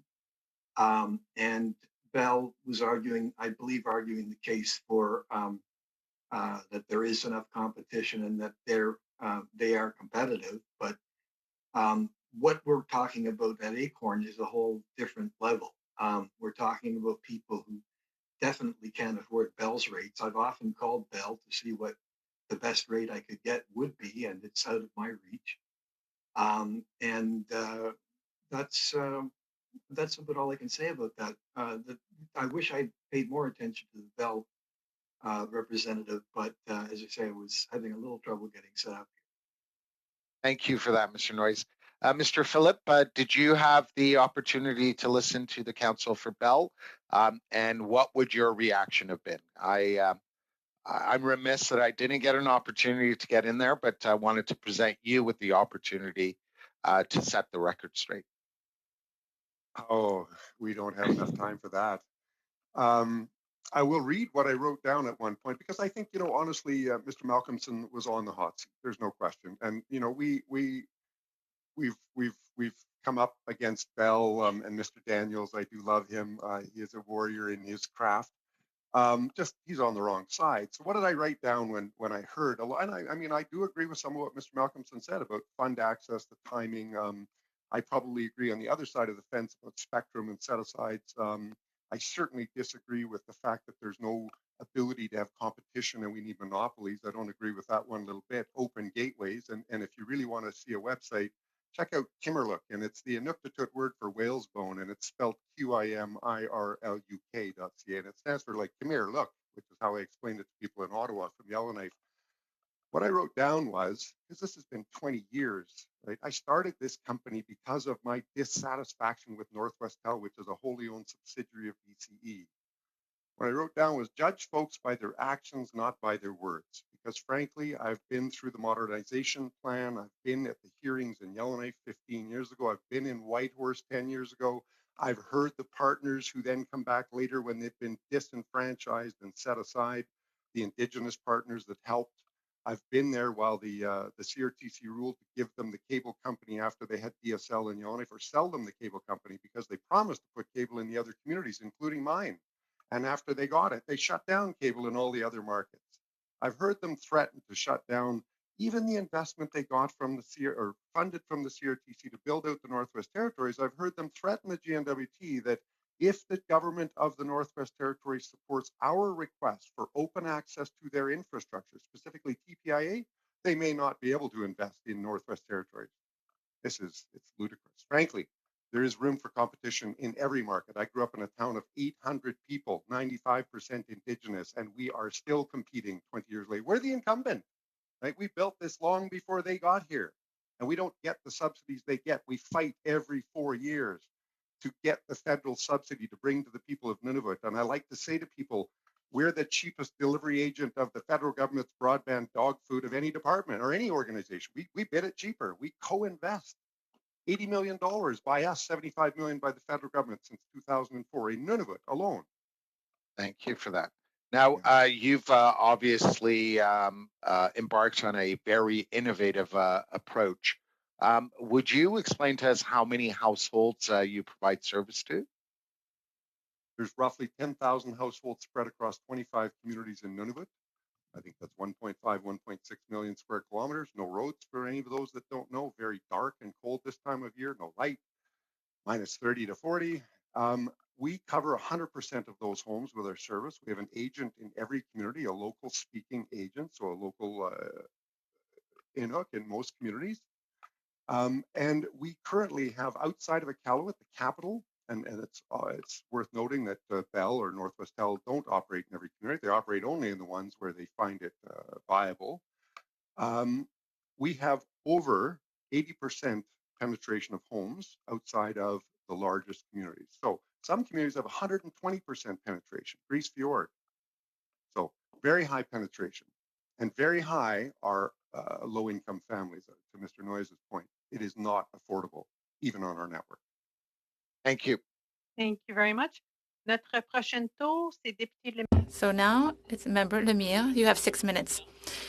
Thank you, Madam Chair. I have a question for Mr. Noyes from Acorn. So thank you very much for being here today. I'd like to know what you think about this. In my region, in Abitibi-Témiscamingue, Bell owns Telebec and Cablevision. They're two telecommunications providers that have always have a virtual monopoly where we have the highest prices in the world. So those two companies have never participated in the Connected Families program to help low-income families to buy affordable packages. What do you think of that situation? My French is a bit rusty. I used to work in French, but that's some time ago, and I couldn't seem to get the interpretation going. But from what I understood of your question, the Connecting Families program is only for single or for families with children, and it's fairly limited. We're asking that to be extended after the pandemic to all low-income Canadians.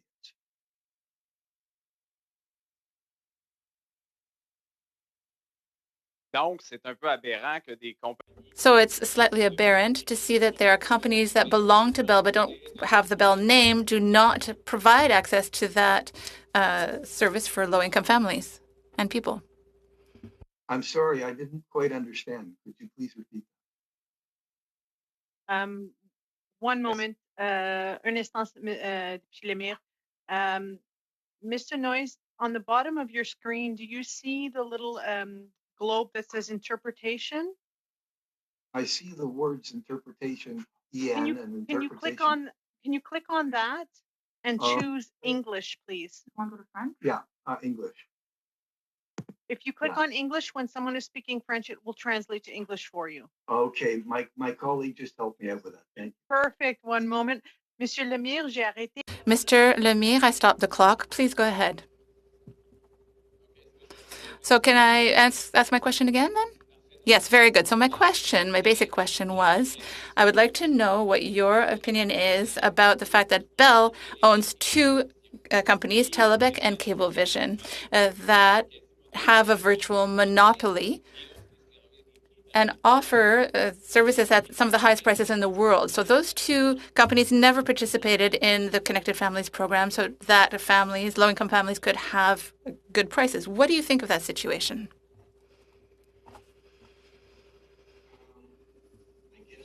The immediate thought that comes to mind without filtering myself is it's reprehensible. I know that the Connecting Families program was voluntary, and the different telecoms across the country could choose whether or not to participate. If Bell is hiding behind subsidiaries so that people don't generally know that they're not including themselves in this program, that's not very.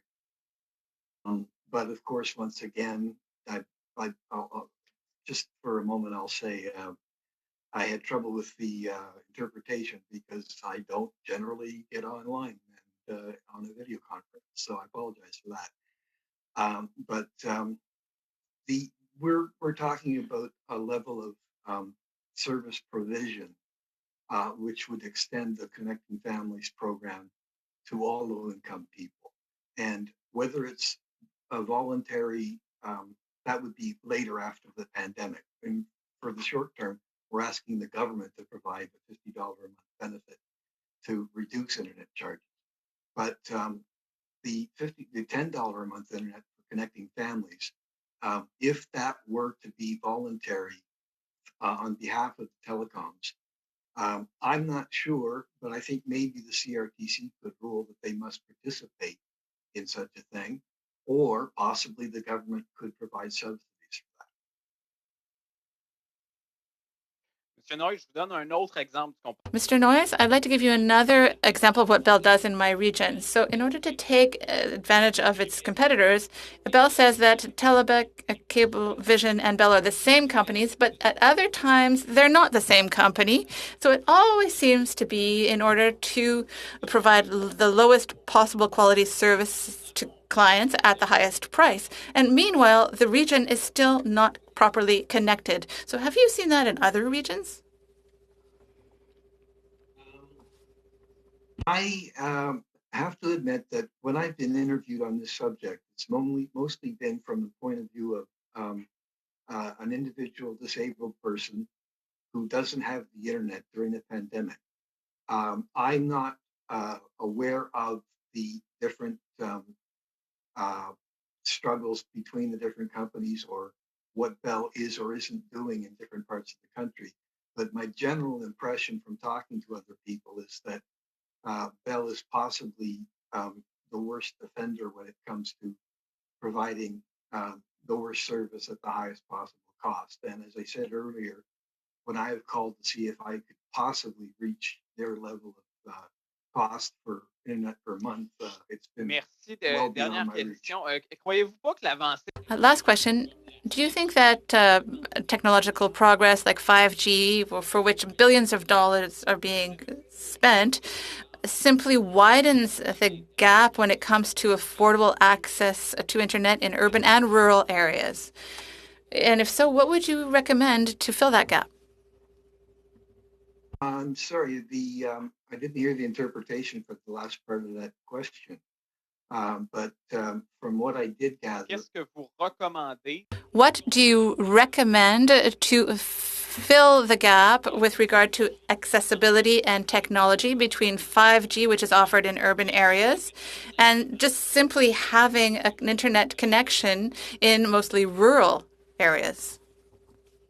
it's interesting that you should say that because it gives me a chance to bring up something that I had in mind, which is in recent months, we've heard Mr. Trudeau talk about how the internet is a necessity, not a luxury, and that it's important that all Canadians have access to the internet.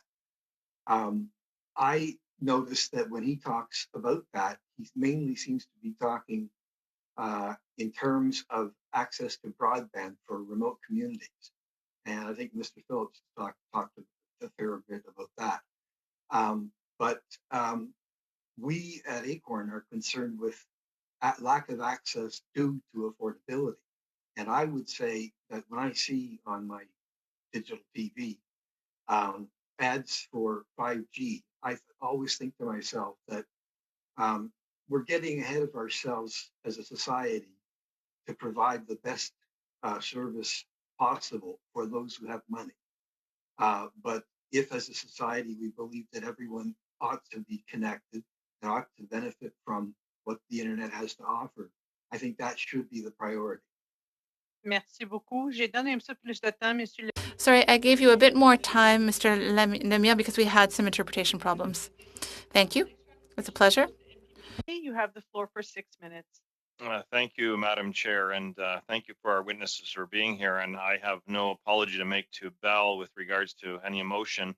I remember one of my first committee days here when Bell CEO Michael Sabia at that time was an obstacle for pay equity for women in the union fighting to get the remuneration that was awarded to them, taking many, many years longer than it should have. Very disappointing. And as well, too, the deferral accounts where Bell overcharged by far more any other provider, almost up to $1 billion that had to be remitted back to Canadians, including persons with disabilities, which they fought by themselves as the rest of industry fell in line to rebate Canadians. Bell continued that type of behavior for a long period of time. So I really not surprised by what we heard here with regards to their culture of employment and that they want to continue to receive lots of different government programs and services, which is fine. They're there for anybody out there. But at the same time, the mere threat of the CRTC to them would actually disable their commitment to Canadians for rural and remote in the future is something that's alarming and needs to be taken into context. To Mr. Noyes, you bring up a really good point in being here is that people, it is rural and remote that hasn't even been connected quite a bit, but even people that are getting unconnected in the cities because of the affordability issue. One of the things as New Democrats we proposed is to use the Spectrum auction to guarantee low cost services from those that get the Spectrum auction. The Spectrum auction has netted Canada's coffers around $22 billion in the last 20 years.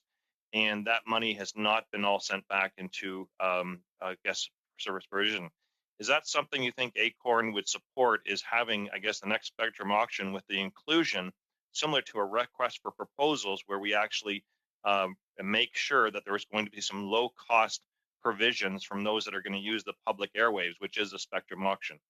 That is, again, the public asset. So I'm wondering whether Acorn has a position on that. Thank you. I'm not speaking officially as an officer of Acorn. I'm speaking just as a member. But still, what you have just said strikes me as a very, very sensible way to proceed. And anything that might provide some financial resources for the government to put into low-cost internet for low-income Canadians would be a good thing. I think that I've been told that the government can't do much about what we're asking for because it's up to the CRTC to authorize these things. But our answer to that is the Connecting Families program, which does exist, but unfortunately is voluntary and not all telecoms are participating. But as far as your question, Mr. Mass goes, I think Acorn would be very supportive of what you're suggesting. I have your position on my screen here from Acorn, and I don't believe that there is nothing we can't not do, and do not have to leave that to the CRTC. In fact, the CRTC could also be directed, which it has in the past, to examine certain things. So I think Acorn's request is actually very reasonable. And I think, again, with the spectrum auction coming up, we get a chance to define the terms, use, and provisions of the spectrum auction, including qualifiers for its use. So I think that provides an opportunity. Now, I want to ask a question to Mr. Noyes if I have time. It is with regards to your experience with regards to lack of availability. Do you find that more seniors perhaps, or is it other people or demographics, persons with disabilities that are experiencing greater access problems? We know that where I come from, new Canadians right now are faced with the barrier and the digital divide and don't have the devices, in fact, for school right now. So they've been providing some of those things. Is there a particular target population that you're more worried about or a special red flag? I would say both seniors. I personally know a few seniors who aren't connected, partly because they're not tech savvy, but also because of the cost.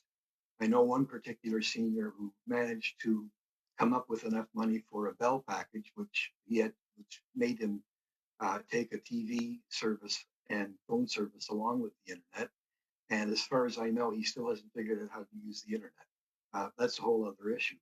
I would say both seniors and disabled people. I might have run over it too quickly, but ODSP, many disabled people in Ontario are on Ontario Disability Support, and that currently is $1,169 a month.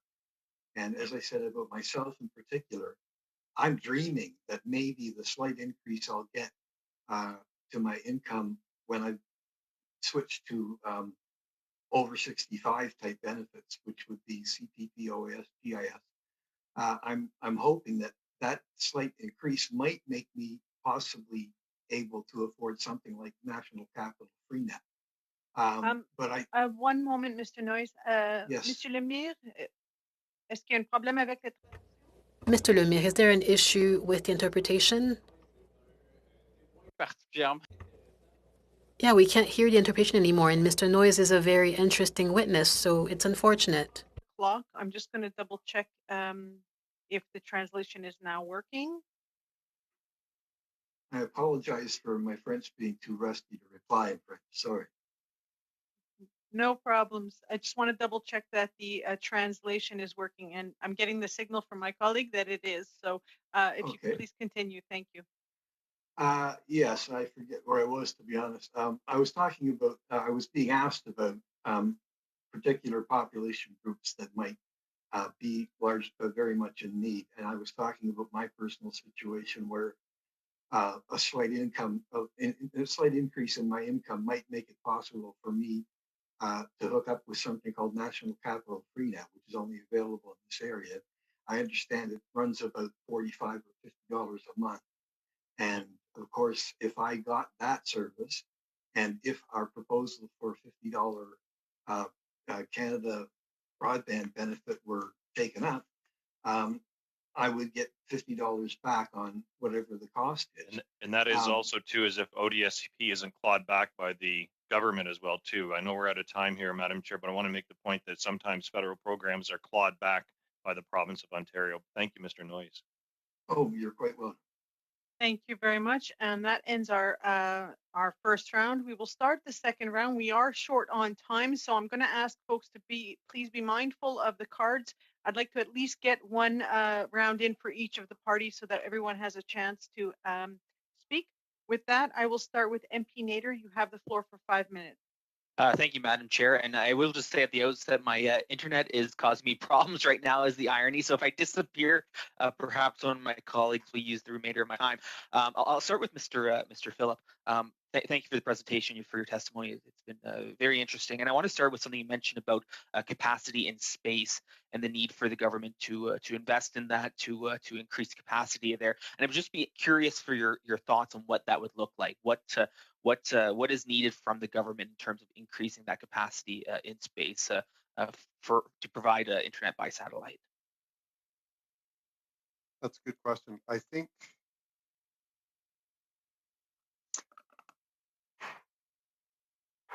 the backbone problem is going to eventually resolve itself. What we need, truly, I mean, the backbone, whether it be SpaceX in a year or Telesat in 2 or 3 or medium Earth orbit platforms from our partners SES, the backbone capacity problem will never be resolved. We're going to continue to drive capacity through the roof. It will get easier and cheaper in the north. What we need now in rural Canada is to solve the training, the human resources, the job creation, and the open gateway infrastructure.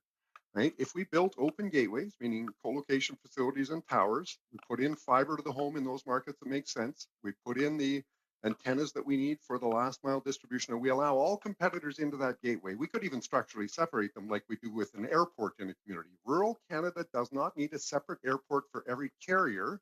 We need one airport for the community that all carriers share. It's the most effective way to do it. And in space, we need a longer term commitment to purchase capacity, because what happens is we go through 4-year beauty cycles, beauty contests, right? Every 4 years, when there's a change in government, there's a new funding program and a new strategy for broadband, which means competitors like us and Northwestel and Bell, we're competing on a 4-year program. And investing long term is difficult with a 4-year program. And investing in capacity for satellite service providers, very difficult, right? They're investing $100, $200 million in a platform with a 15-year life with no financial commitment. So the challenge is to look at this holistically. The backbone solutions are coming and getting cheaper, and competition on the backbone, whether it be fiber or SpaceX or Telesat or MEOS from SES, is going to drive that price down. What we need in rural Canada today, and this is different than in urban centers. Urban centers, yeah, you've got everybody can afford to build their own last mile and their own open gateways, their own towers, and they protect them fiercely. They don't want to share them. In rural Canada, you can't have that. You can't have 5 towers popping up in a community of 600 people. It's going to look goofy. It's not going to make sense. And we have this in Nunavut now, right? When we put in our building and Northwestel's across town, how do we peer with them? How do we share data with them? Well, somebody's got to run a fiber to the other guy. And we want to, they don't want any part of that, because they'd rather just have our customers have to go all the way south by satellite and all the way back. This is not it's not something I'm making up. This is something that is historically proven with fact and with programs. So we need open gateways for rural Canada, and competition will come, whether it be on the backbone or on the last mile. If that open gateway, which is the barrier, it's the moat to little companies like ours, right? And we're not so little anymore. We're 100 people spread across the country, but we started as one person in a little town, and we luckily had the funding to build the infrastructure that we're building. But we firmly believe in open gateways and competition in the marketplace, any marketplace.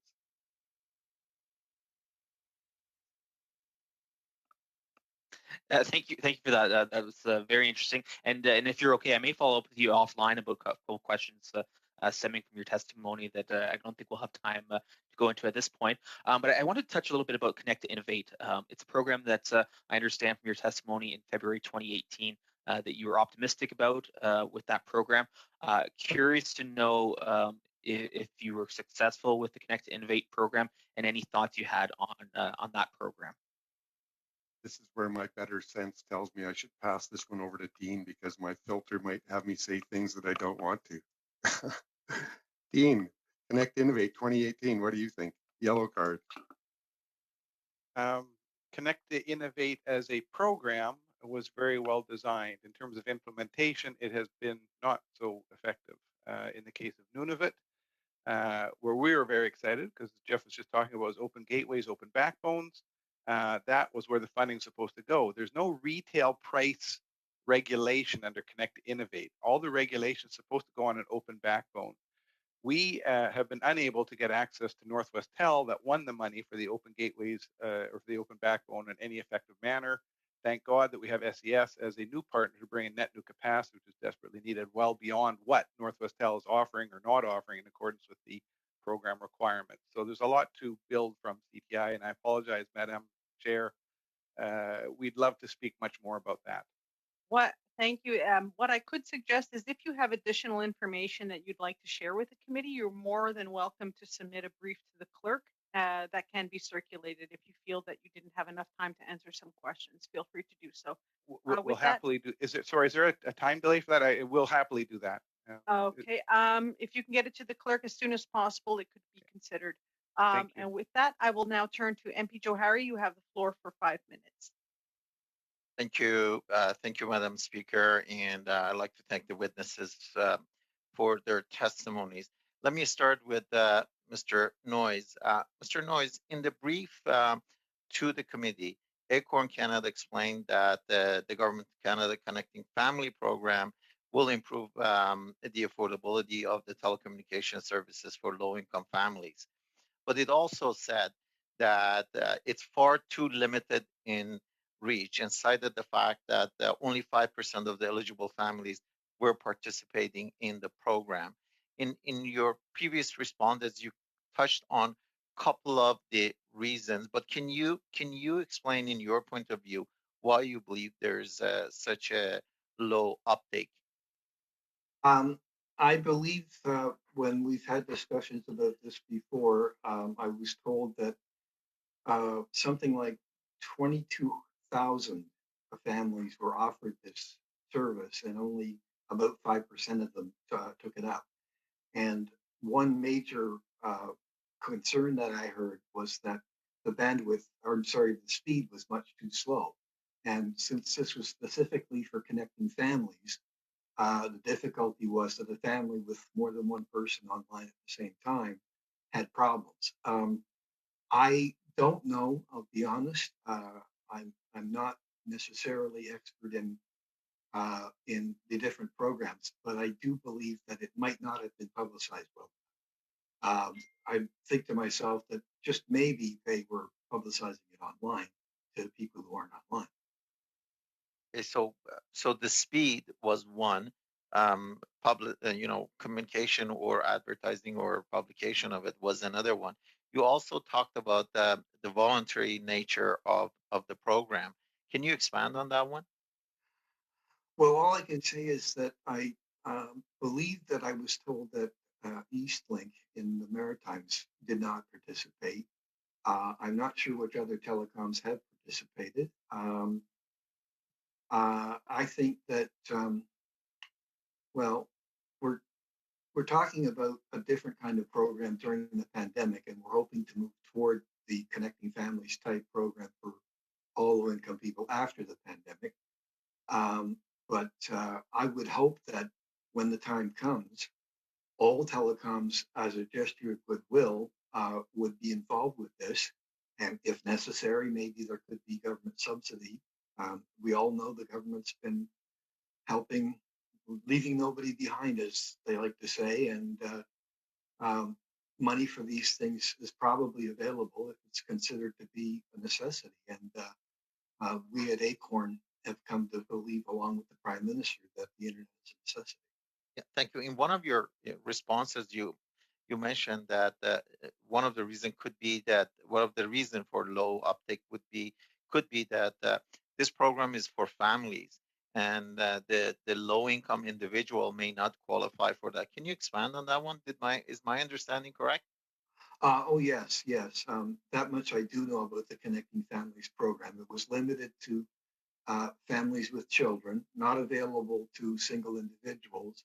And if I recall correctly, I think that it was mainly limited to community housing, public housing. So there were various limitations on it. But the main thing was that single individuals like myself would not be qualifying for that program. Thank you. If I may go to your recommendation around CBB and the fact that if it's $50, you talked about that if a program such as CBB is rolled out, there would be a higher uptake and there would be more accessibility and the issue of affordability will be resolved. I mean, my colleague MP Massey brought up one of the challenges with it. My question is, how can we ensure that the benefit that's being passed on to the low income family actually translate into an actual connection? Because if some of the low income families are compromising between food and internet, how can we make sure that actually translate into a actual connection? Thank you. Well, first of all, I want to clarify that the CBB that we're proposing is partly inspired by a program in the US that's already happening. And we see it as a step along the way. It would actually be less supportive of low income people than the $10 a month plan if we could extend that. But in terms of making sure that those users who get that benefit are using it for internet, I think it would be pretty simple to require that the individual provide proof that they're on an internet service. Now, it might be a chicken and egg problem where the person might not be able to afford to get hooked up and then have an internet bill to show the government. I'm not quite sure how that could be addressed, but I'm sure there must be a way to establish that people getting that benefit are applying it to their internet bill. Thank you very much, Mr. Noyes. We'll now move to Député Lemire. Vous avez 2 minutes et demie. Go ahead. Member Lemire. Yes, my question is for Mr. Philip. Do you think that the federal government's plan is now to just rely on a satellite technology to connect to rural and remote areas? Strategy, not that I've seen. I think that every time somebody proposes some new backbone option, it seems to distract us in our quest to connect rural Canada. So I don't think that there is any move by the federal government towards one backbone, satellite or fiber. I see lots of proposals being funded for fiber. I have seen some discussion about funding to Telesat to prepay some capacity on their LEO to make it more affordable in rural Canada.